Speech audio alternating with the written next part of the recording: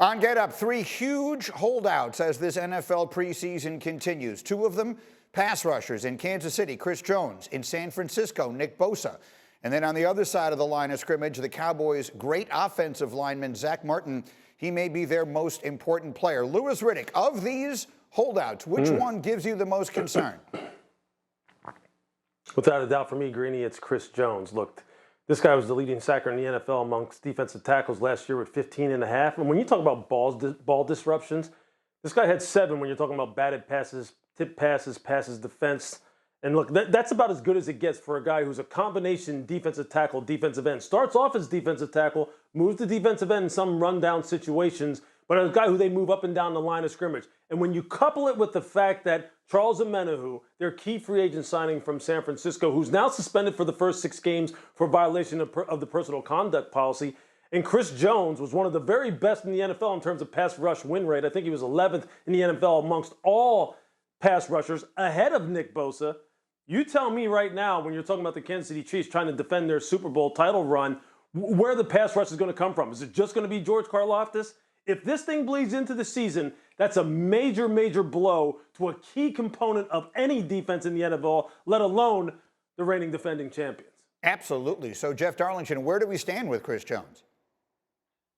Well, look, Chris Jones, based on my conversations with Chiefs sources, will eventually get this deal done. They really, truly believe that in Kansas City. They understand that he is very valuable and deserving of a big number, but we are talking about a big, unprecedented contract for that position. So we'll probably eventually get there. There is no real animosity. It doesn't feel contentious in Kansas City, nor does it, by the way, in San Francisco. We can talk about Zack Martin. That is the one that I'm really wondering about, because that one feels like it is not headed in a good direction. Right. So we'll get to Zack Martin in a minute. Let's deal with San Francisco, because when I asked you yesterday which is the most important holdout, you went immediately to Bosa. Why is that? Reigning Defensive Player of the Year for, by the way, a Super Bowl contender. I understand all of Lewis's points, but at the very least, they have Patrick Mahomes on the offensive side of the football. No disrespect to Brock Purdy, but he's had 1 year as Mr. Irrelevant, the last pick in the draft, of playing very good football. Can the San Francisco 49ers do anything without their elite defense, let alone the best player on that defense? It's hard to imagine.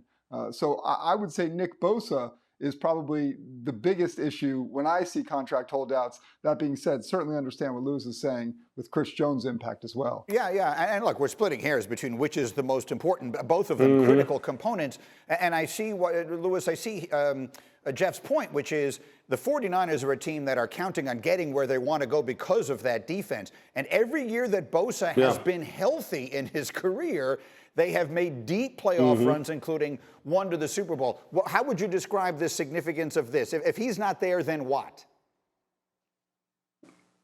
Look, I mean, it's a major blow. I mean, it just is, because you can't replace Nick Bosa. As a matter of fact, when you talk to defensive coaches, offensive coaches, defensive line coaches, offensive line coaches, in particular, Nick Bosa is the name that comes up immediately when you talk about who's the most difficult player to block.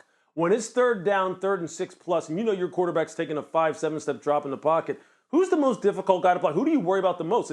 It's Nick Bosa, because he comes off the ground about this high, is running about 4.5, 4.6 full speed in pads, and he has legs the size of tree trunks, but he's got the nimbleness and the flexibility of a ballerina. So there's nothing he can't do.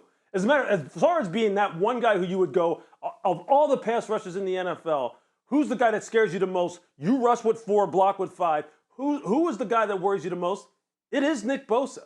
But I'm just saying, as far as impact, look, I get both of these guys. You're right. We are splitting hairs. We are splitting hairs when we're talking about these two guys. But the thing that scares me for KC, being that they are the defending champions, not someone who's trying to get to the Super Bowl, but someone who's trying to establish a true dynasty, Omenihu's not going to be there either. Mike Dana right now is hurt. I mean, so they're really like operating at a serious deficit along their defensive line with a very young secondary. That concerns me, although both of these deals should get done. Right, Jeff? Right? Yeah. Jeff, I'll let you jump in on that there. Let's get to Zack Martin, because that's the one, to Lewis's point. I think we all feel that when push comes to shove, they will get a deal done in Kansas City and they will get a deal done in San Francisco. In Dallas, the owner has sort of, in somewhat uncharacteristic fashion, seems to be drawing a fairly firm line in the sand when it comes to Zack Martin. What can you tell us about it, Jeff? Yeah, to Lewis's point, the juxtaposition between the two sides. In San Francisco, they're literally saying, we're not worried about the fines. We don't think it's necessary to fine Nick Bosa for not being at training camp. $50,000 mandatory per day, by the way. In Dallas, not even close to the tone. Jerry Jones essentially saying he'll be in camp when he's in camp. Jerry Jones, usually kind of that player-friendly coach we've come to expect to just kind of pay his guys. He's saying this guy signed a deal in 2018 to be the highest paid guard in the NFL. And by the way, also the second highest paid offensive lineman, only behind one offensive tackle. So it wasn't like it was just about the guard position. At that point, it was about the tackle. So Jerry Jones saying, we got other guys to pay in Micah Parsons. We got other money to spend. He will be in camp. He did a deal. So I don't know how this ends well right now. It is so important. But while those other two negotiations feel very clearly businesslike, this one is starting to feel a little bit personal. So what's going to happen, Lewis? That's a great question, Greeny. I think this one is going to be one of those where they're both going to be looking at each other with their eyes like this, going, who's going to blink first? Who's going to blink? Because that $50,000 a day fine that is being accrued, that's something that can't be rescinded. It's something that can't be waived. This is real money out of Zack Martin's pocket. Like, I don't know how much money Zack has. I don't know how much money Zack thinks he's going to make in the future. But $50,000 a day, that is serious. And for Jerry to sit there and draw a line in the sand, especially when he goes, look, in the hierarchy of positions, no matter how good you are, Zack, which you are good, and Jeff alluded to the fact that he was paid according to all offensive linemen, not just an offensive guard, he knows that number 11, that guy Micah Parsons from Penn State, is going to command a huge salary. He doesn't have money to pay everybody. It's going to be very interesting to see where all this goes. Critical decisions yet to be made as we work our way towards the start of the regular season. And don't forget, you can watch Get Up every weekday morning on ESPN between 8 and 10 a.m. Eastern.